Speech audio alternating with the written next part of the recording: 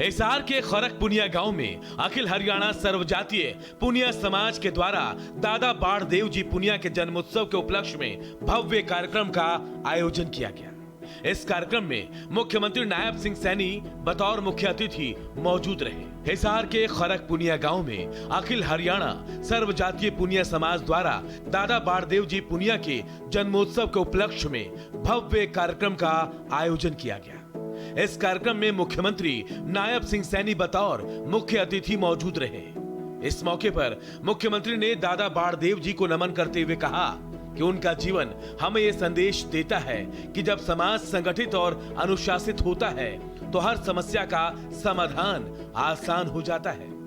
उन्होंने समाज को सदैव सत्य, अनुशासन और भाईचारे को जीवन का मूल मंत्र बनाने की प्रेरणा दी। सीएम सैनी ने कहा कि दादा बाढ़देव जी ने यह भी विश्वास दिलाया कि समाज की भलाई के लिए खड़ी खाप कभी कमजोर नहीं पड़ती। मुख्यमंत्री ने कहा कि पुनिया खाप ने सदैव देश, समाज और जनहित को सर्वोपरि स्थान दिया है। उन्होंने कहा कि प्रदेश सरकार दादा बाढ़देव जी द्वारा दिखाए गए मार्ग पर निरंतर अग्रसर है। सीएम सैनी ने कहा कि प्रदेश सरकार गुरुओं के इतिहास, शिक्षाओं और बलिदान को जन जन तक पहुंचाने के लिए निरंतर प्रयासरत है। मुख्यमंत्री ने बताया कि प्रदेश सरकार के द्वारा श्री गुरु तेग बहादुर जी के 350वें शहीदी वर्ष को भव्य रूप से मनाया जा रहा है। उन्होंने कहा कि आने वाले 25 नवंबर को प्रधानमंत्री नरेंद्र मोदी इस संबंध में आयोजित कार्यक्रम में शामिल होने के लिए हरियाणा आ रहे हैं। मैं आप सबको बहुत बहुत बधाई देता हूं। दादा बाढ़देव जी का जीवन हम सब जानते हैं कि पुनिया खाप के इतिहास का वह सुनहरा अध्याय है जिसने हमें सिखाया है, जिन्होंने हमें शिक्षाएं दी हैं और उनके दिखाए हुए मार्ग के ऊपर हम आगे बढ़ रहे हैं।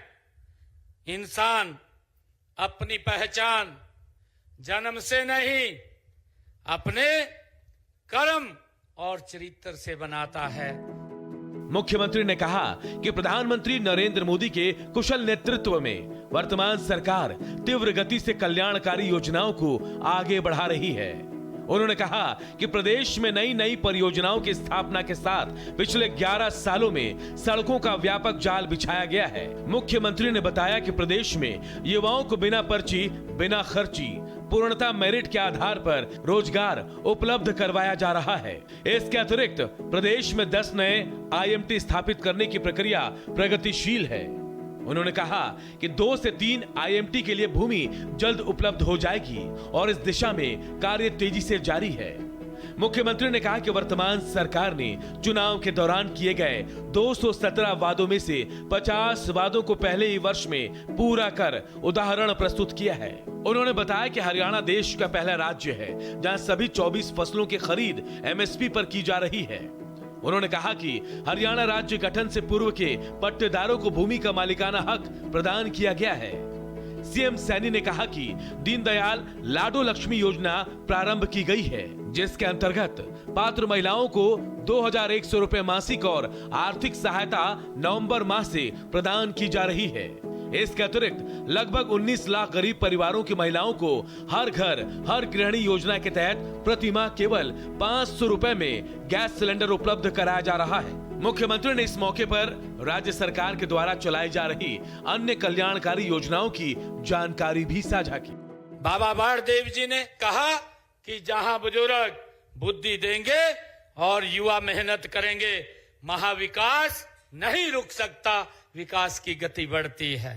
साथियों, दादा बाढ़देव जी महाराज कहते थे कि युवा यदि सही दिशा में आगे बढ़ जाए तो नई पीढ़ियों की वो तकदीर बदल देता है। अगर सही दिशा के अंदर आगे बढ़ जाए, ये बाबा बाढ़देव जी अपने प्रवचनों में हम सबको वो बताते थे। और मुझे खुशी है कि हम लगातार बाबा बाढ़देव जी के दिखाए हुए उस मार्ग के ऊपर हमारी सरकार निरंतर आगे बढ़ रही है। फरीदाबाद में गृहमंत्री अमित शाह की अध्यक्षता में उत्तरी क्षेत्रीय परिषद की 32वीं बैठक का आयोजन किया गया।